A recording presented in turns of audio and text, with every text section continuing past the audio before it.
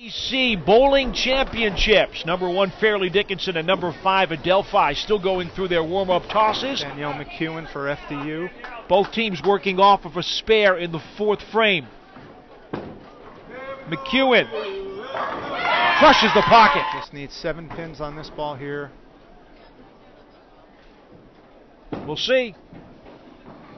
Got the strike. Throws it dead flush for the win. That's incredible. It's absolutely incredible. Great match. Kristen Hayes for the Adelphi Panthers. That's high on the Brooklyn side, gets the strike. So after they matched shot for shot in the first 2 frames, Danielle Licurdo strikes. That's a double for Adelphi. Marino was working off of a double. Solid strike. Some extra tips as to how the lanes are playing. She played that right off the channel. She did. She rolled that one up real well for the strike. And that's McEwen. That is, and she throws the strike. Finishes it out. Fairleigh wins this one 224 to 212. They take a 2-0 lead going into game number 3. A solid game by both teams, Paul. Neither team with an open frame that game.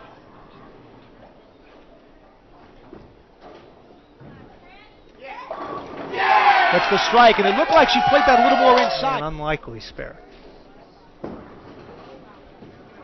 And the spare converted by Licurdo for Adelphi. Christina Real, the number 1 bowler for Adelphi, working off a spare with a strike in the 6th. Samantha Morlock working off a strike for Adelphi. They've got a double. Impressive score. Adelphi just had a tremendous team game of 246 there to stay in this match. So it's 246 to 204. Adelphi wins game 3. Get a look at a replay here from Kristen Hayes, who has been big all day long and joined for Fairleigh Dickinson. Smacks the pocket like always.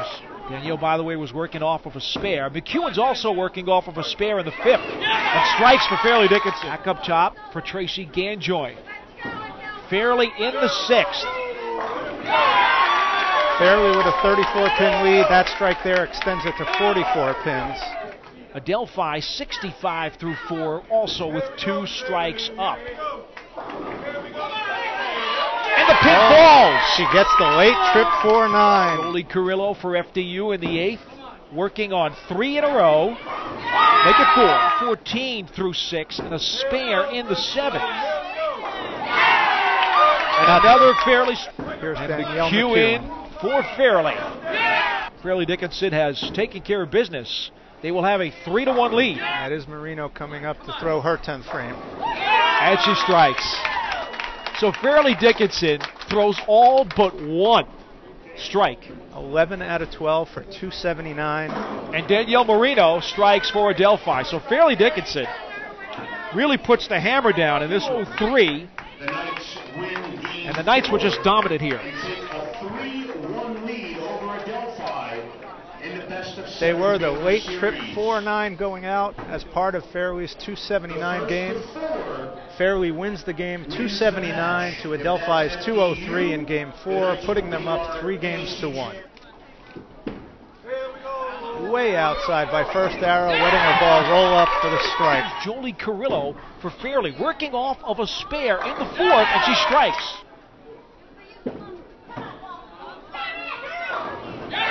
Like that one by Megan Kelly. Jolie Carrillo for Fairleigh Dickinson. She's perfect. That's 3 for Fairleigh. Over into the 7 area, and it doesn't knock it down. McEwen wastes no time getting up and throwing another flush strike. And that's going to do it. Fairleigh Dickinson has won, Ken. And so Fairleigh Dickinson puts forth a 231 in the final game as they win this thing 4-1. We'll finish it out for Adelphi. Coach, 279, one heck of a team game. Tell me about how you guys attacked the lanes today. All right, well, what happened was in practice, the lanes kind of tightened up on us. So we had to score up a little bit, Kenny. And then, you know, the first couple of games, we couldn't carry because we're playing too direct. And then what happened was, thanks to we had like an open frame, we were able to take a risk. So it was Danielle McEwen. We were able to just open the lane up and see if it was finally there. We had some bounce, and it did. We just made like a 3-1 move, and then that opened up the lane, and then that all of a sudden now we were able to line everybody up off for her. And you had some great spare shooting today, not very many missed spares, and in a low-scoring environment before this match anyway, you guys did a great job with the spare shooting. Yeah, thank you. We work really hard at that. You know, and we play sports shot conditions about filled frames, so that's really our emphasis all year long. You know, we fill the frames first, and if you can string filled frames together, the strikes will come. You play the pocket, you're going to leave the easiest spares. So that's really our game plan all year long. Any thought of changing the lineups at any point during the match, or once you set your lineup, you're pretty set with it? Yeah, that's pretty much our standard lineup. Our 1, 3, 4, 5 we've been going with for quite some time now. We kind of rotate the 2-hole, and Megan Kelly really stepped up this weekend for us. You know, she was great in the pocket the whole time, carrying most of the time, and filling all our frames. So that really helped us. Less pressure on the bottom 3 in the lineup. And Adelphi had a great match against Sacred Heart. They're a great team. Coach Sincata does a good job with them. Just tell me a little bit about how tough they are to play. They're a dangerous team. You know, it's never easy playing them because they come to battle every time out. They got a lot of spunk, a lot of intensity. So anytime that, you know, we get a team going at you in a game like this where I can't stop them, I can't set up a zone press to stop them. You know, they get hot, and that's what happened in one game. They got hot, shot 240. You know, it's tough to match that. So they're always a formidable group, and they're always tough to play. Congratulations again on another great championship. And Paul, I'll send it back to you. Thanks, Kenny. Okay.